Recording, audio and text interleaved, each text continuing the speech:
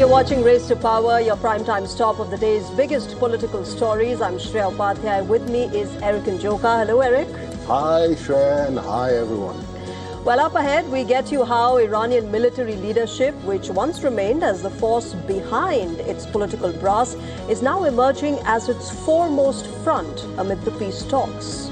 We also get you the latest from Balochistan, where Balochis have declared 11 August as their Independence Day. This amid massive protests that continue and the bloody crackdown by Pakistan's army led by Field Marshal Asim Munir. And it is a death sentence for Bashar al-Assad. The Syrian court has convicted the ousted former president for war crimes committed during the Syrian civil war. This is, remember, the first conviction against Assad, who remains in Moscow since 2024. But let's begin with all that has been happening in the Iranian war in our first segment, Global Powers.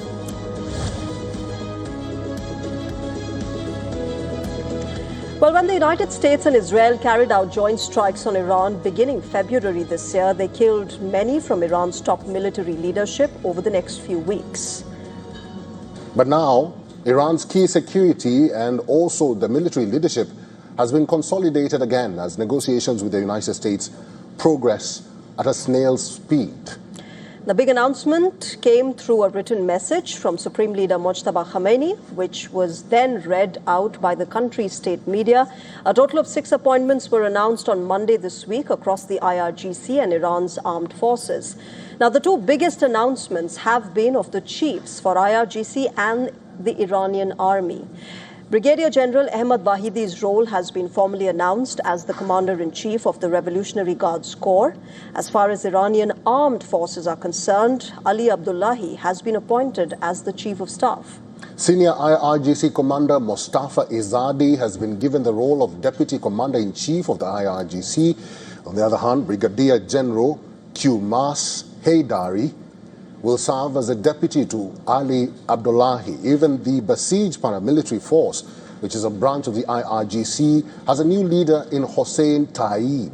Taib has been a senior IRGC commander for years and previously headed the intelligence organization of the IRGC. Mojtaba Khamenei also formally appointed Ali Azmei as IRGC Navy commander.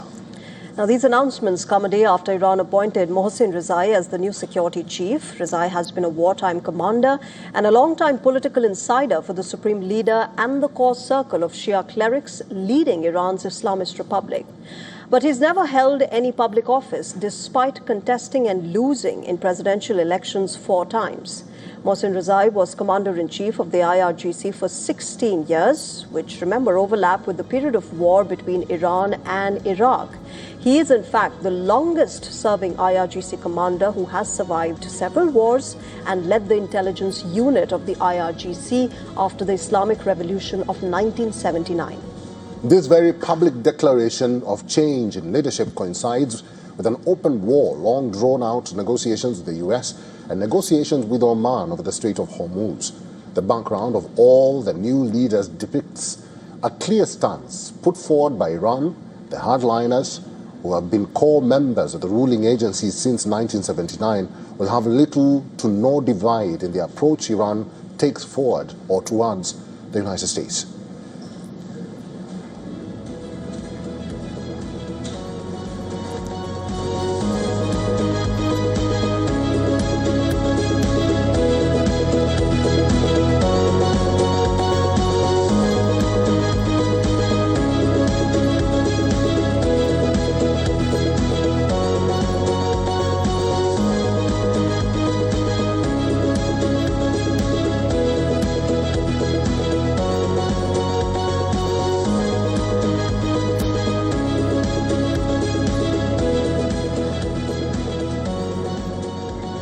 Well, Shreya, let's take this forward because the IRGC is now becoming a dominant force in Iran and the president is being put in the back burner. Let's discuss this. Dr. Sayed Emamian is an assistant professor at Tehran Polytechnic, founder and former director of the governance and policy think tank, is now joining us live from Tehran. Emamian, thank you very much for making time for us and welcome to the broadcast.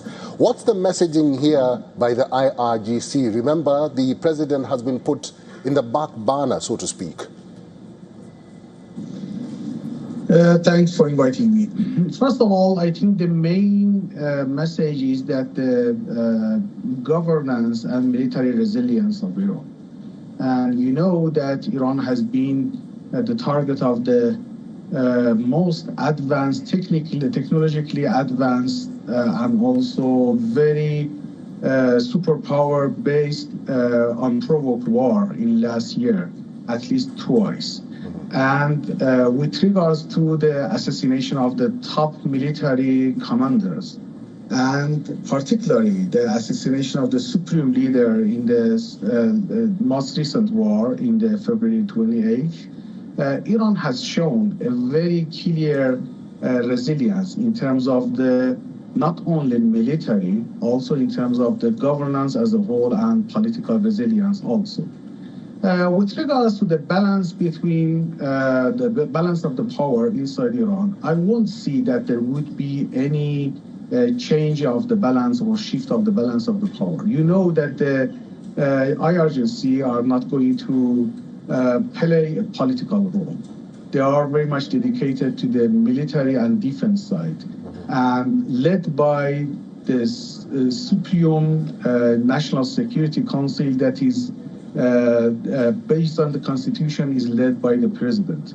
And you know that the head of the secretary of the National Security Council, that now is General Rezai, has been appointed by the president himself. So I won't see any shift, any political shift in terms of the balance of the domestic politics inside Iran, but it shows mainly reviving of the normality in the military chain, and also, again, as I said, another message, the most important message, is the political governance and military resilience of the Iranian very multi-layered, complex system that is working now and has been proved in the last few rounds of the war. Okay.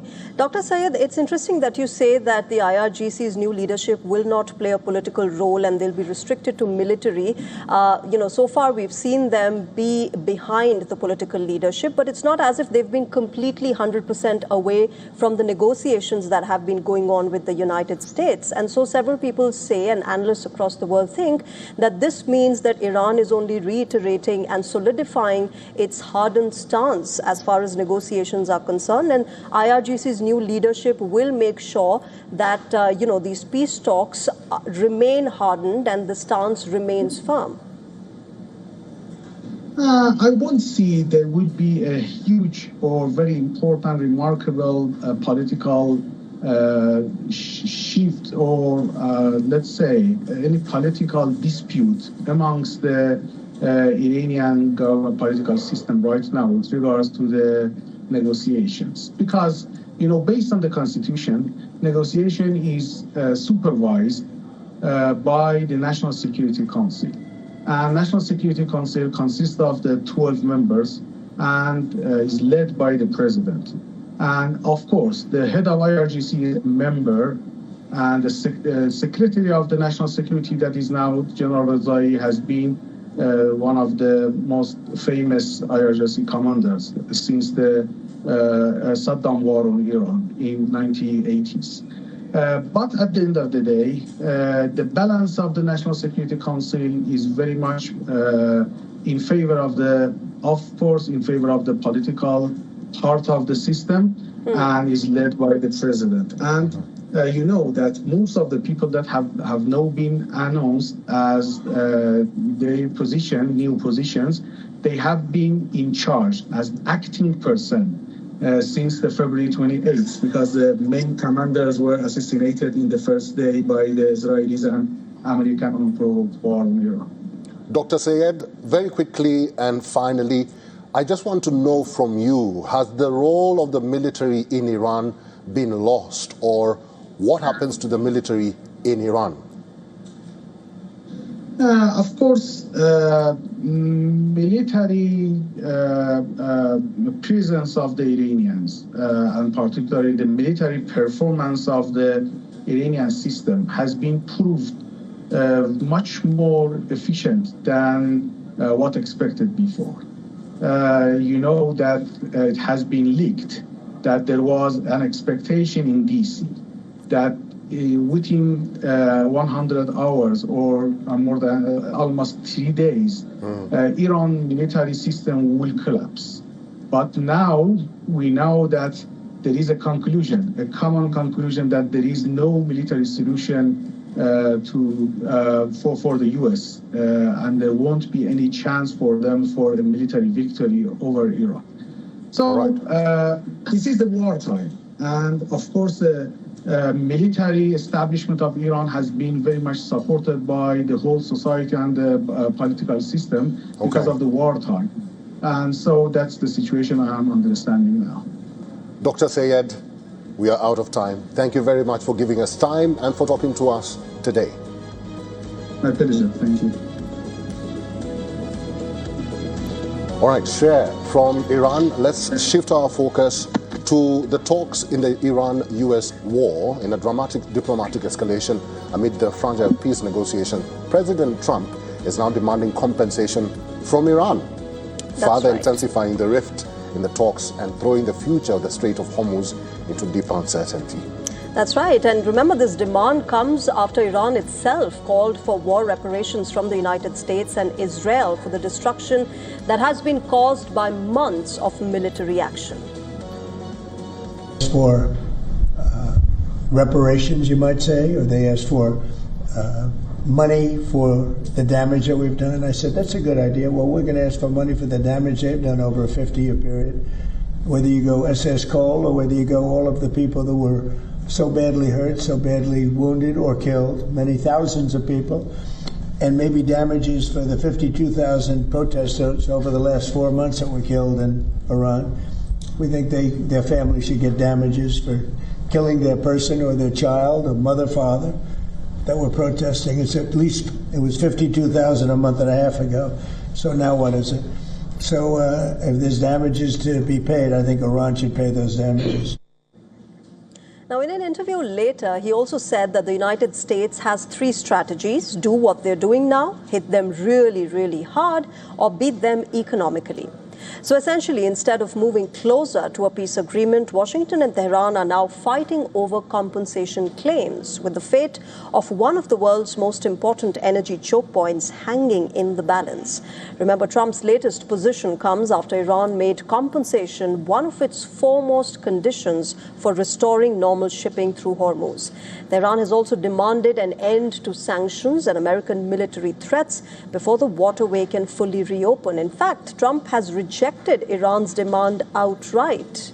In an interview, he said, quote, "I am their banker." Well, in his compensation demand, the U.S. president has referred to deaths and injuries involving American forces and others over the decades. But there's already controversy over some of the claims being cited by Trump. For instance, media agency Reuters noted earlier in a report that Trump has linked Iran to the 2000 bombing of the USS Cole, even though that attack was attributed by the FBI to Al-Qaeda. Amid this money matter, the Strait of Hormuz is stuck in the middle.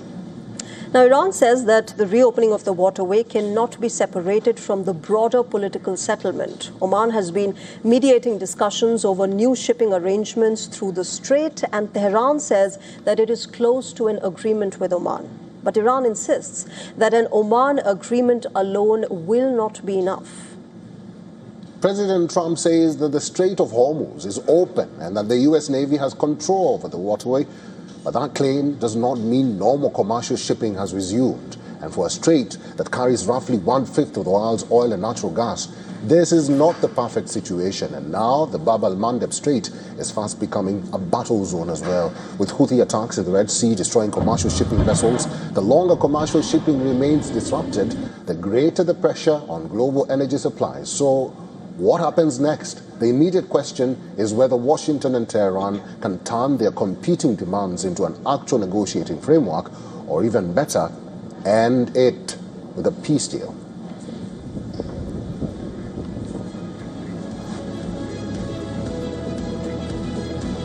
Right, with that, let's shift our focus now to Syria, where a Syrian court has sentenced the ousted former President Bashar al-Assad to death for war crimes committed during the Syrian civil war.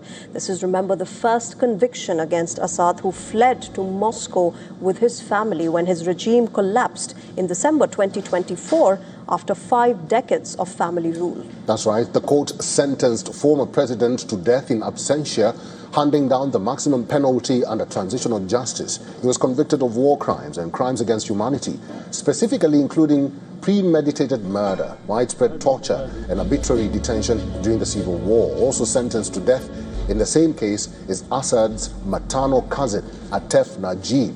He was formerly a Syrian army brigadier general who also headed the political security branch in southern Syria's Daraa province under Assad in 2011. Najib was sentenced for leading the crackdown in the southern province of Daraa that led to the uprising and later the civil war. Well, shortly after the verdict became public, Syrians gathered outside the Damascus Justice Palace to celebrate with chants, applause, and national flags.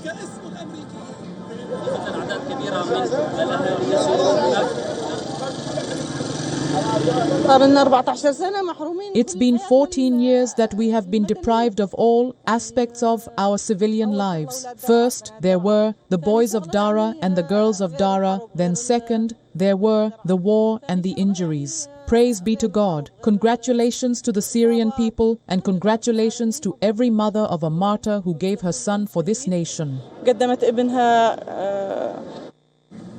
The prosecutor in his matter has also hailed the court's decision as a critical milestone for transitional justice in post-war Syria.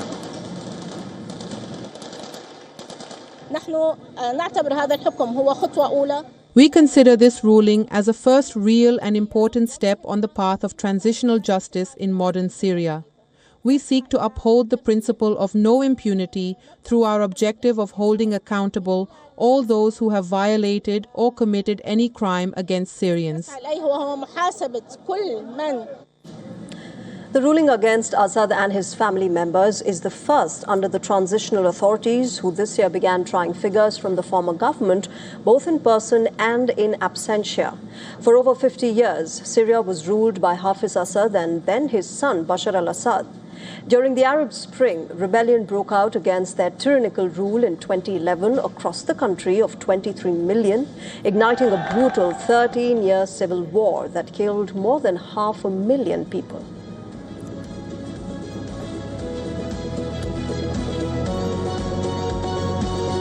Let's head back to the United States. And a U.S. appeals court has cleared the way for thousands of lawsuits against Meta, Google, TikTok, and Snapchat over claims that their social media platforms were designed to keep young users hooked. That's right. The court also rejected Meta's bid to delay a major multi-state trial over alleged harm to children. The 9th U.S. Circuit Court of Appeals rejected an appeal by Meta and TikTok after the companies tried to overturn a lower court decision allowing more than 3,000 federal lawsuits to move forward. The companies had argued that Section 230 of the Communications Decency Act, which generally protects online platforms from liability for user-posted content, should also shield them from lawsuits over claims that their platforms are addictive. But the appeals court said Section 230 provides a defense against liability, not immunity from being sued, and ruled that the companies had appealed the issue too early. The court also rejected Meta's request to postpone a multi-state trial set to begin this week. The case has been brought by 29 state attorney generals who allege Meta illegally collected children's data, designed Facebook and Instagram to keep young users hooked, and misled consumers about the safety of its platforms. The lawsuits are part of a much wider legal fight over social media and youth safety. Cases have been filed by states, school districts, municipalities, and individuals, with plaintiffs accusing social media companies of contributing to addiction and to problems including depression, anxiety, and body image issues among young users. Around 3,300 similar cases are also consolidated in a California state court proceeding. The cases are seeking damages, penalties, and other relief from the companies.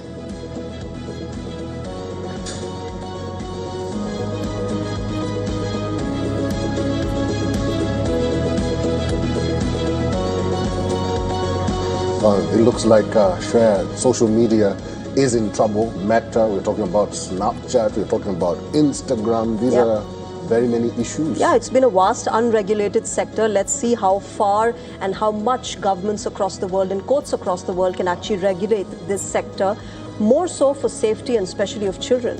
All right, let's listen in to our correspondent Susan Teherani. She is in New York and she sent us this report. Some of the world's biggest tech companies are now facing a potentially major legal reckoning over social media addiction. A U.S. appeals court has cleared the way for more than 3,000 lawsuits against Meta, TikTok, Google, and Snap to move forward.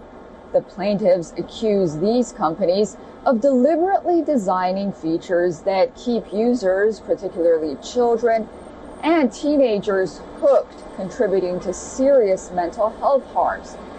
The companies have argued that a federal law, including Section 230, protects them from many of these claims. But the appeals court rejected their attempt to stop the cases, at least at this stage. The ruling does not decide whether these companies are liable or not, but it means that thousands of plaintiffs can continue trying to make that case in court, potentially reshaping how social media platforms are held accountable for the way their products are designed. Susan Teherani reporting from New York for WION World is One.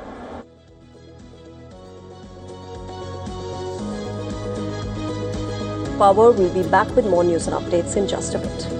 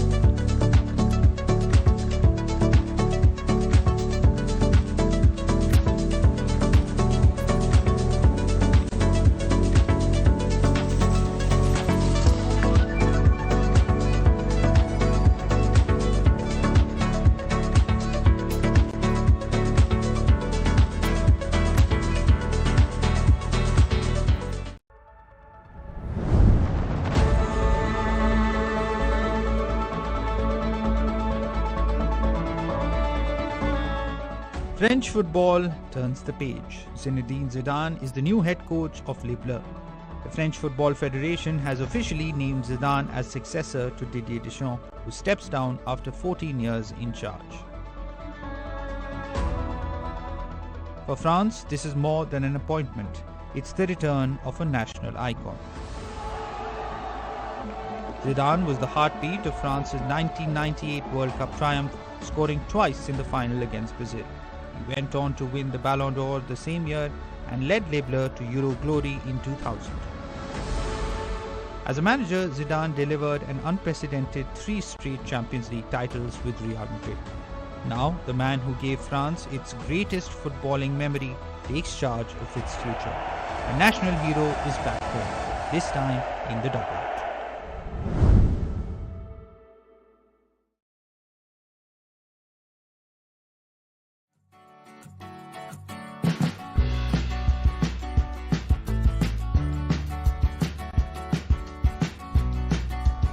Once a year, grown men in this city put on 3-piece suits, or, well, at least a blazer, in 40-degree heat and call it a good idea.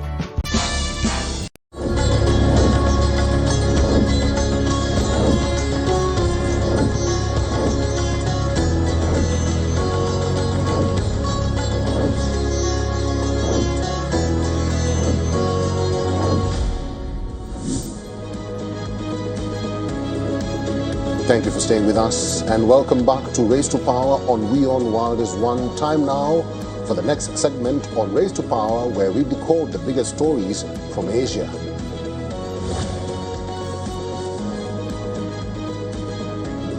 And it's in Pakistan. A Baloch separatist leader has called on the international community to recognize what he describes as a Republic of Balochistan as an independent country. Well, the demand came as supporters marked 11th of August as Balochistan's Independence Day, a claim that is not recognized by Pakistan or the international community, which continues to recognize Balochistan as a province of Pakistan. But behind the political rhetoric lies a much larger story, one of insurgency, poverty, and forced disappearances, violence, women-led activism, and a growing communication blackout across the region. The battle over Balochistan is no longer being fought only in the mountains. It is now being fought through social media, international appeals, and competing narratives of history. In a message posted on X, Baloch leader Mir Yar Baloch urged governments and international organizations to stop referring to Balochistan as a province of Pakistan and instead recognize it as an independent nation.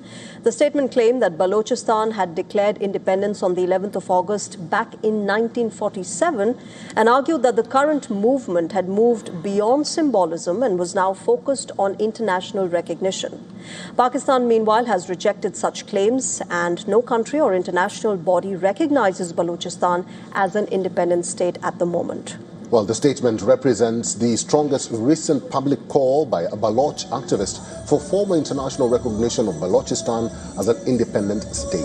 It further alleged that Pakistani authorities had imposed internet and mobile shutdowns, dug trenches around military cantonments in areas such as Kalat, Quetta, and Kuzdar, and increased area surveillance using drones and helicopters to prevent Independence Day gatherings. Pakistani authorities have not publicly confirmed these specific allegations, but reports from local media indicate that mobile and internet disruptions have affected parts of Balochistan for several days, disrupting communication, banking services, and business activities.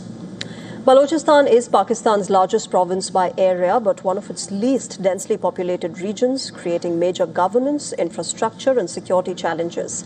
The separatist appeal is unfolding against a backdrop of deep socio-economic distress. Despite its vast mineral and natural resource wealth, Balochistan remains Pakistan's poorest province. As per findings presented in Pakistan's Economic Survey of 2025-26, nearly half of Balochistan's population now lives below the poverty line, which is well above the national average. Another striking feature of the Baloch movement is the prominent role that has been played by women activists. Remember, over the past decade, women have emerged as some of the most visible faces of campaigns against enforced disappearances, alleged arbitrary arrests, and human rights abuses. These activists have become central figures in documenting alleged enforced disappearances, extrajudicial killings, and crackdowns on peaceful protests in Balochistan. The movement has also drawn international attention. United Nations experts have criticized the life sentences awarded to Dr. Marang Baloch and another activist, while rights groups have raised concerns about alleged secret prison trials, denial of medical care, and prolonged detention without bail for several Baloch activists. The controversy has now expanded beyond Balochistan itself. Reports from the United Kingdom indicate that the British national, Mohammed Akhtar, was allegedly killed during protests in Pakistan-occupied Kashmir, while another British citizen, Waqas Arif, remains detained. The UK government says it is in contact with Pakistani authorities and has updated its travel advisory for the affected region. So, what are we witnessing? Not a recognized declaration of independence, but a highly coordinated political campaign that seeks to transform a long-running insurgency into an international question of self-determination and human rights. Well, for Pakistan, the challenge is not only military, it is also about governance, economic deprivation, political alienation, and the growing global visibility of Baloch activists.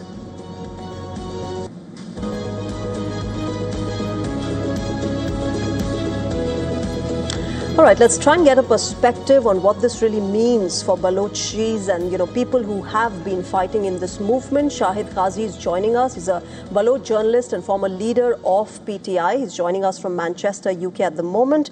Welcome, good evening. Let's, first understand, Mr. Qazi, what this really means for the people of Balochistan. It's been a decades-long fight.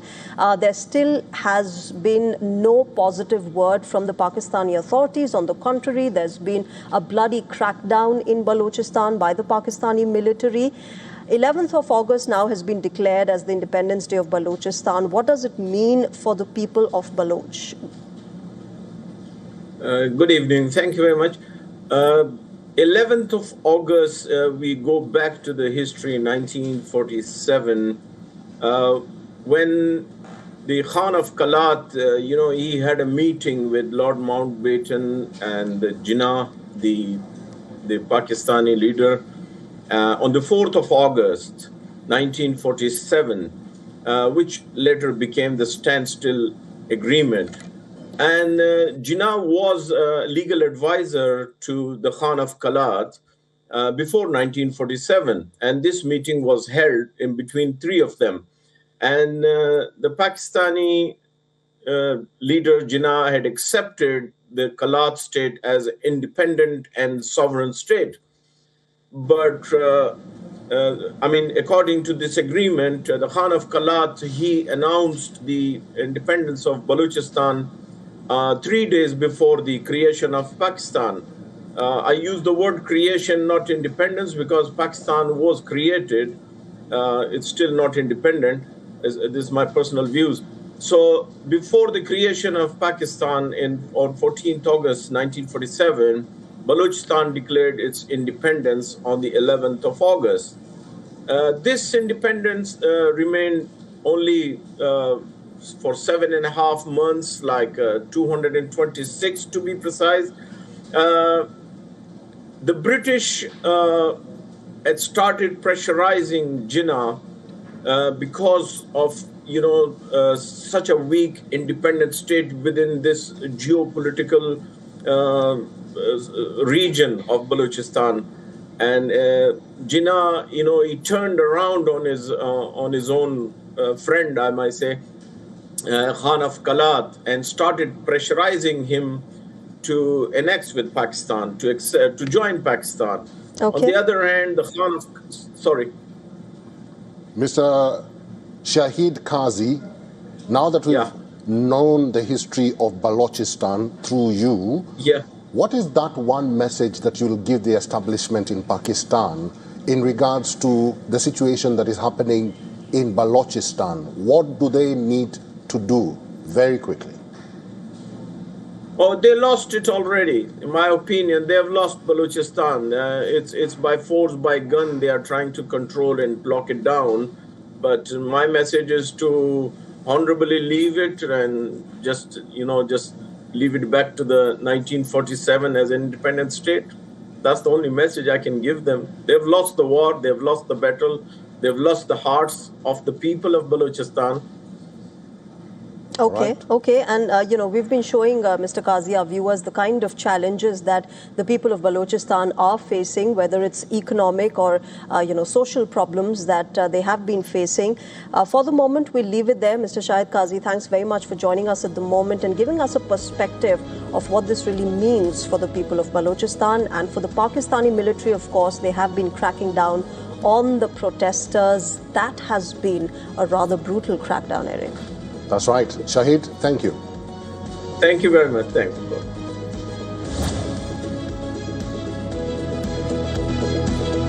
Time now for some developments from across India, and the political storm that erupted over the July 20th student protest in Delhi is not dialing down anytime soon. Meanwhile, RTI responses from 2 government hospitals suggest that at least 10 people suffered pellet injuries during the Jantar Mantar march to Parliament.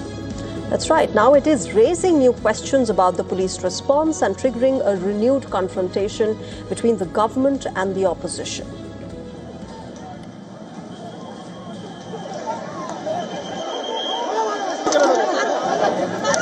The controversy surrounding the 20th July Jantar Mantar protest has taken a new turn. As per the RTI responses obtained by Trinamool Congress spokesperson Saket Gokhale, Lady Hardinge Medical College recorded 9 pellet injury cases, while Safdarjung Hospital recorded 1 more, taking the confirmed number to at least 10.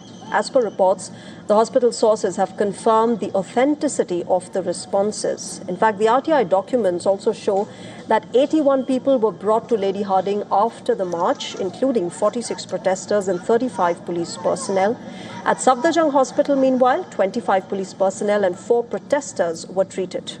The revelations have revived questions about whether pellet guns were used during the crackdown. Delhi police had initially denied using pellet guns, but a general diary entry filed at Parliament Street Police Station on July 22nd reportedly states that the Rapid Action Force fired 2 rounds from an anti-riot gun.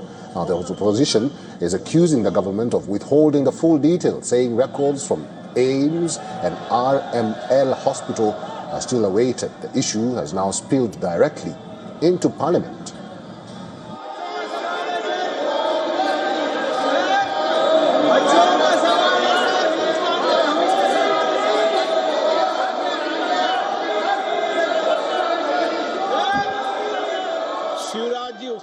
The government is ready for a complete and detailed discussion over everything which happened around the students' protest. Home Minister Amit Shah was ready too, but the opposition is not letting a discussion happen. Kiran Rijiju accused the Congress and other opposition parties of deliberately disrupting the parliament instead of participating in a debate on the protests and the police action. The opposition demands the Union Home Minister to address the parliament on the issue. But the government has been saying that Amit Shah is ready to discuss it. However, it is the opposition that has been disrupting the parliament every day. And amid the escalating political confrontation, another image from Delhi has captured national attention. At the wedding reception of NCP-SP MP Supriya Sule's daughter, Union Home Minister Amit Shah and Congress leader Rahul Gandhi were seen standing just a few feet apart, which is a rare visual moment involving 2 of India's most prominent political rivals. As Parliament remains deadlocked and the pellet injury controversy deepens, this is what India is facing currently, and we'll see how the politics evolves.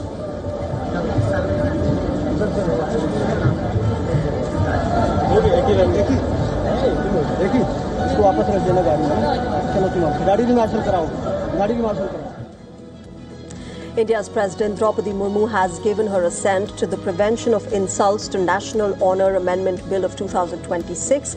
The bill criminalizes the intentional disruption of the singing of Vande Mataram. The law now gives the national song the same legal protection as the national anthem. Well, the bill was passed by the Rajya Sabha on July 29th and the Lok Sabha on July 30th. It amends Section 3 of the Prevention of Insults to National Honour Act to penalize anyone who intentionally prevents the singing of Vande Mataram or disturbs an assembly engaged in singing it. The offence carries the same penalties applicable to disruption of the national anthem, up to 3 years imprisonment, a fine, or both. A second or subsequent conviction attracts a minimum 1-year jail term. Meanwhile, the full rendition of Vande Mataram will be sung from the ramparts of the Red Fort for the first time during this year's Independence Day celebrations. The Home Ministry has directed that when the national song and the national anthem are performed together, Vande Mataram will be sung first.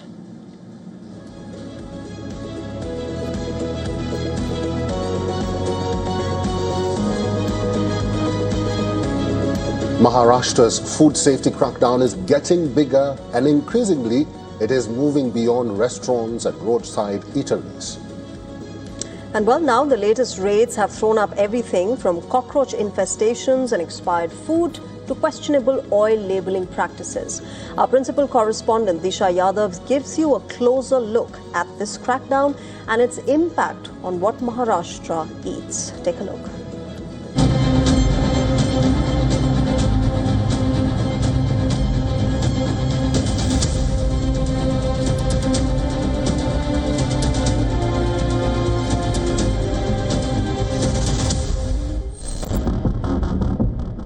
From luxury food establishments to government canteens, warehouses and even quick commerce dark stores, the Maharashtra FDA is widening its net beyond eating joints.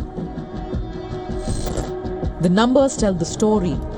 Between May 25 and July 31st, the state FDA inspected over 3,130 food establishments. It issued 764 improvement notices.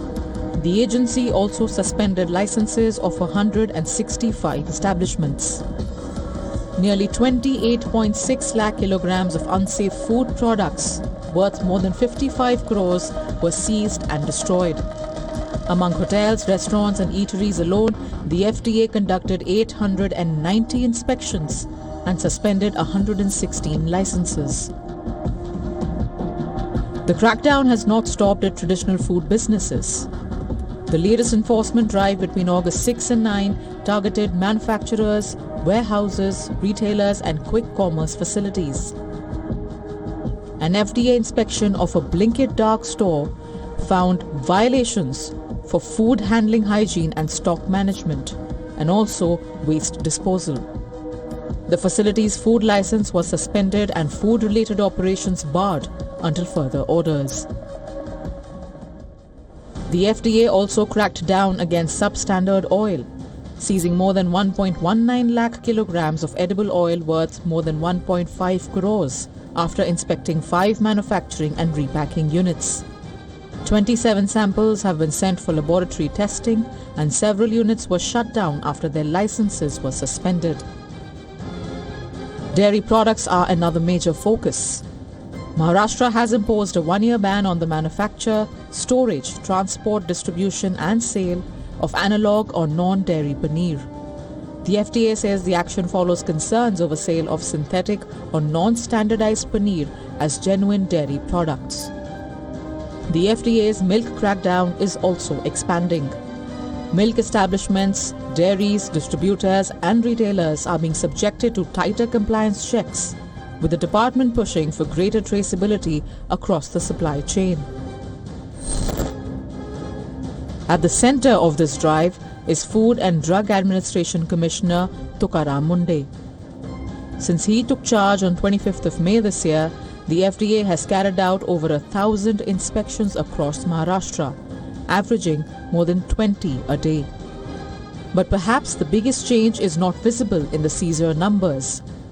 It is visible inside kitchens.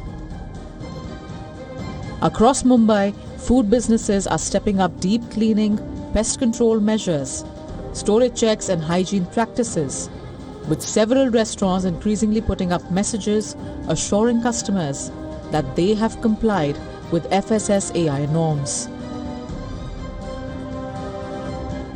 So these posters were not displayed before, but now because of this crackdown, each and every establishment is becoming even more cautious. And we have not observed this in one restaurant alone, but in several other eatery outlets across Mumbai and even institutional canteens like the school canteens as well, where they have displayed that they have replaced junk food items with healthier food items in their menu cards. With video journalist Siddesh, this is Disha reporting from Mumbai for WION World is One.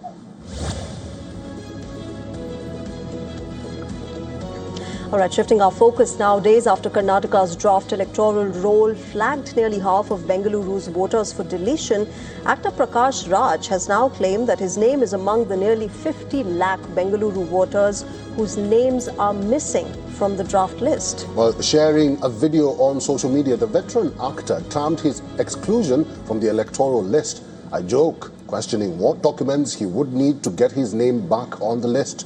The actor said that he had spent all his life in the constituency where he attended school, college and worked in theatre.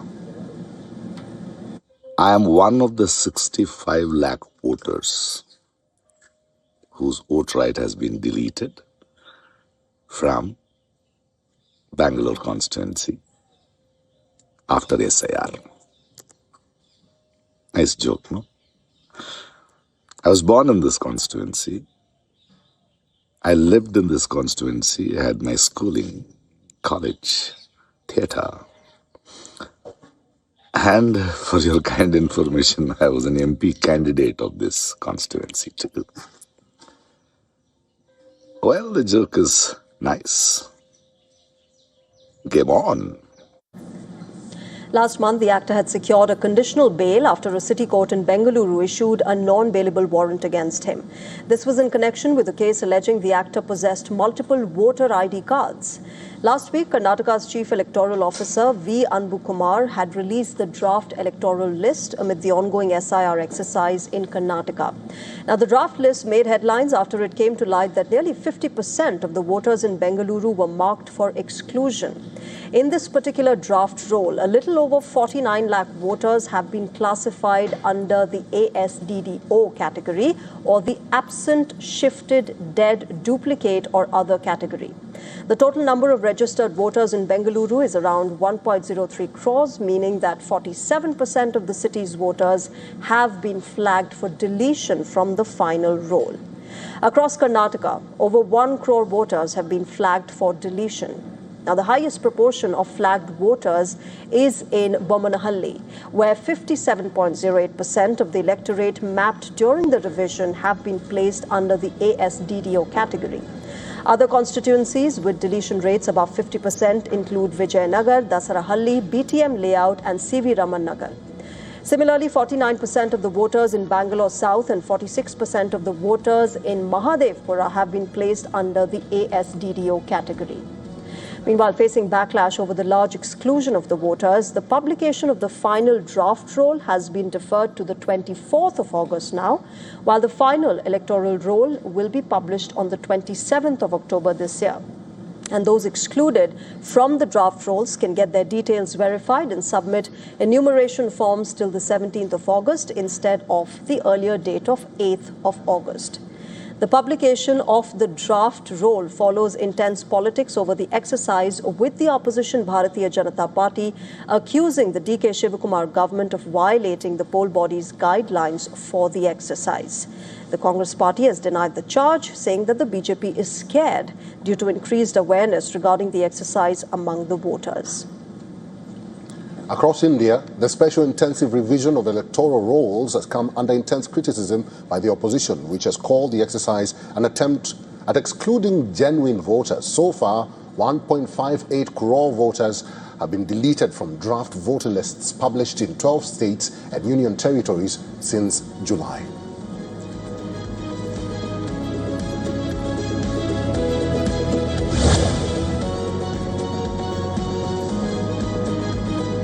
I'll begin with a question. What is Pakistan without Balochistan? It is a question Islamabad may not want asked, but one it can no longer afford to ignore. Balochistan is Pakistan's largest province, covering 43.6% of the country's landmass. Strip it away, and Pakistan does not simply lose territory, it loses strategic depth, resources, coastline, and one of the most consequential pieces of its geopolitical map. Because Balochistan is not poor because it is empty. It is poor despite what lies beneath it. Gas, copper, gold, coal, other minerals. The province has powered Pakistan's economy for decades, yet its own people continue to question how much of that wealth actually returns to them. Even today, Balochistan's economic potential is being marketed to the world, while grievances over resource ownership and distribution remain unresolved. And then there is the identity. Baloch, Brahui, Pashto, and other communities have created a culture that is distinct, diverse, and deeply rooted. Its coastline, mountains, deserts, and cities give Pakistan something no balance sheet can measure, and that is character. But Balochistan is also Pakistan's most restive frontier. An insurgency that was once described as lower level has become more coordinated and more lethal. Security forces, Chinese interests, and major economic projects, and every new oppression deepens the cycle of violence and alienation. Families have spent years searching for missing sons, brothers, and even fathers. Allegations of enforced disappearance, arbitrary detention, excessive force, and extrajudicial killings have repeatedly drawn international scrutiny. United Nations experts have specifically raised concerns over disappearances and the treatment of peaceful protesters in Balochistan. And increasingly, it is women who have become the faces of resistance and separation in the face of oppression. That should concern Islamabad, because when mothers, sisters, and daughters become the loudest voices demanding answers for the disappeared, the crisis is no longer merely a security problem. It becomes a crisis of legitimacy. And where is Balochistan in Pakistan's establishment and administration? How much genuine political power does the province wield over the resources and strategic decisions that shape its future? Then consider geography. Balochistan gives Pakistan an almost 1,000-kilometer frontier with Iran, access to the Arabian Sea, and the strategic gateway of Gwadar. Its location connects Pakistan to Iran, Afghanistan, Central Asia, and wider global trade routes. So, what is Pakistan without Balochistan? A smaller country, a poorer strategic position, a diminished economic future, but perhaps the bigger question is this: what is Pakistan with Balochistan, but without the trust of its people? Because a nation is not held together by borders, soldiers, and resources alone. It is held together when its citizens believe they belong. And if Pakistan has failed at anything in Balochistan, it is not merely the management of a province. It is the failure to fulfill the role of a nation for the people of Balochistan. And that is the verdict. And well, with that, it's time to wrap this edition of Race to Power. As always, we will be back with you tomorrow with more news and analysis from India and across the world. Thank you very much for joining us tonight. Bye-bye.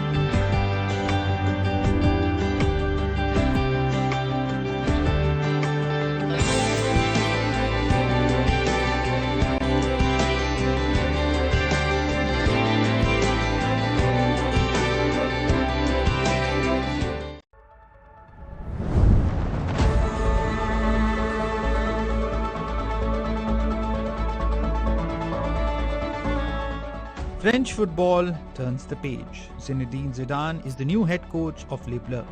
The French Football Federation has officially named Zidane as successor to Didier Deschamps, who steps down after 14 years in charge. For France, this is more than an appointment. It's the return of a national icon. Zidane was the heartbeat of France's 1998 World Cup triumph, scoring twice in the final against Brazil. He went on to win the Ballon d'Or the same year and led Les Bleus to Euro glory in 2000. As a manager, Zidane delivered an unprecedented 3 straight Champions League titles with Real Madrid. Now, the man who gave France its greatest footballing memory takes charge of its future. A national hero is back home, this time in the dugout.